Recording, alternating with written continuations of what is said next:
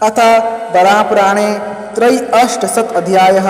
नैषद एवं रंभक वर्षों के कुल पर्वत, जनपद और नदियाँ। भगवान रुद्र कहते हैं, मैंने आप लोगों से भद्राश्व वर्ष का संक्षेप में और केतुमाल वर्ष का कुछ विस्तार पूर्वक वर्णन किया। अब निषद वर्ष के पर्वतराज नैषद के पश्चिम में रहने वाले कुल पर्वतों, जनपदों और नदियों का वर्णन करता हूँ।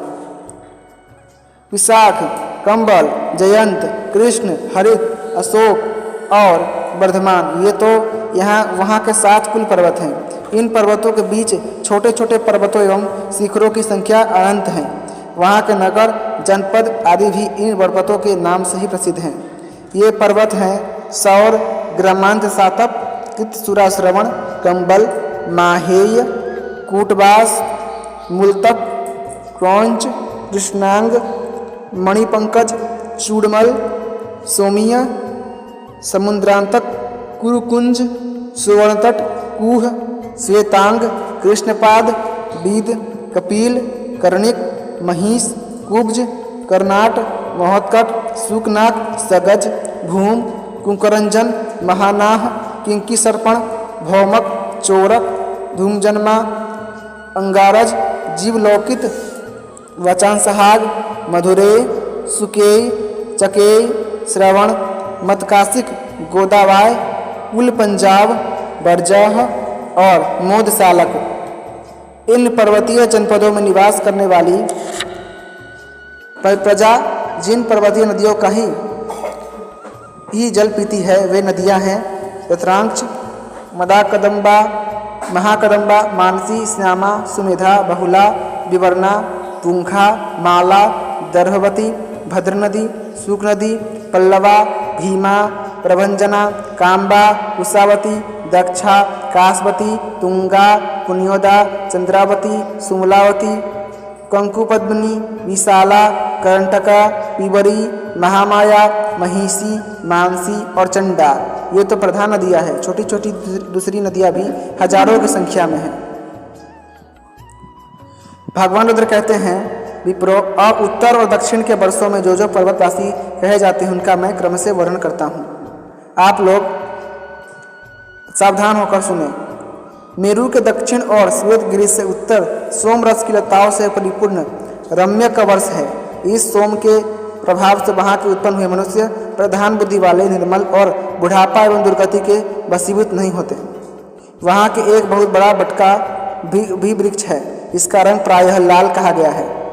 इसके फल का रस पीने वाले मनुष्यों की आयु प्रायः 10,000 वर्षों की होती है और वे देवताओं के समान सुंदर होते हैं। श्वेतगिरि के उत्तर और त्रिशुंग पर्वत के दक्षिण में हिरण्मय नामक वर्ष है। वहाँ एक नदी है जिसे हिरण्यवती कहते हैं। वहाँ इच्छानुसार रूप धारण करने वाले काम रूपी पराक्रमी यक्षों का निवास है। वहाँ के लोगों की आयु प्रायः 11,000 वर्षों की होती है, पर कुछ लोग 1500 वर्षों तक ही जीवित रहते हैं। उस देश में बड़हर और कटहल के वृक्षों की बहुतायत है। उनके फलों का भक्षण करने से ही वहाँ के निवासी इतने दिनों तक जीवित रहते हैं। त्रिशुंग पर्वत पर मणि, सुवर्ण एवं संपूर्ण रत्नों से युक्त शिखर क्रमशः उसके उत्तर से दक्षिण समुद्र तक फैले हुए हैं। वहाँ के निवासी उत्तर कौरव कहलाते हैं। वहाँ बहुत से ऐसे वृक्ष हैं जिनसे दूध एवं रस निकलते हैं। उन वृक्षों से वस्त्र और आभूषण भी पाए जाते हैं। वहाँ की भूमि मणियों की बनी है तथा रेतों में सुवर्ण खंड मिले रहते हैं। सुवर्ण मुख भोगने वाले पुरुष पुण्य की अवधि समाप्त हो जाने पर यहाँ आकर निवास करते हैं। इनकी आयु 13,000 वर्षों की होती है। उसी द्वीप के पश्चिम चंद्र द्वीप है। देवलोक से 4,000 योजन की दूरी पार करने पर यह द्वीप मिलता है। 1000 योजन की लंबाई चौड़ाई में इसकी सीमा है। उसके बीच में चंद्रकांत और सूर्यकांत नाम से प्रसिद्ध 2 प्रस्थवर्ण पर्वत है। उनके बीच में चंद्रावर्ता नाम की एक महानदी है, जिसके किनारे बहुत संख्यक वृक्ष हैं और जिसमें अनेक छोटी छोटी नदियाँ आकर मिलती हैं। कुरु वर्ष की उत्तरी अंतिम सीमा पर यह नदी है।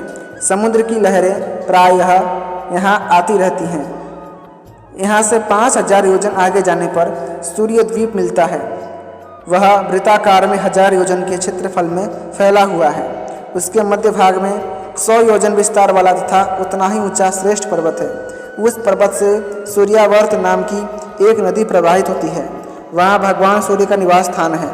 वहाँ की प्रजा सूर्योपासक एवं 10,000 वर्ष आयु वाली तथा सूर्य के ही समान वर्ण की होती है।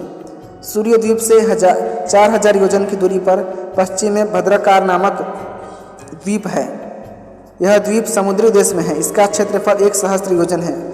वहाँ पवन देव का रत्न जटित दिव्य मंदिर है जिसे लोग भद्रासन कहते हैं। पवन देव अनेक प्रकार के रूप धारण कर यहाँ निवास करते हैं। यहाँ की प्रजा तपे हुए सुवर्ण के समान वर्ण वाली होती है और इनकी आयु प्रायः 5,000 वर्षों की होती है। अतः वराहपुराणे त्रयी-अष्टशत अध्याय एवं चतुर-अष्टशत अध्याय संपूर्ण। इसी के साथ वराहपुराण का 83वां एवं 84वां अध्याय समाप्त हुआ। यदि आपको वराहपुराण की कथाएं पसंद आती हैं तो कृपा करके वीडियो को लाइक करें, चैनल को सब्सक्राइब करें और अपने दोस्तों के साथ जरूर शेयर कीजिएगा। धन्यवाद। जय श्रीमन्नारायण।